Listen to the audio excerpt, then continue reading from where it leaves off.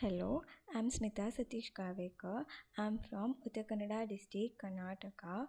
I have done my Bachelor of Engineering from STM Institute of Technology. After my graduation, I was looking for a job. Through one of my friend, I got to know about Evision Technolab. So where I took the full-time internship, there I learned lot of things like networking, Windows administration, Windows Server, and also get an practical exposure to the tools and all. So they supported me with the with online classes, with hands-on experience with the tools, in job search also.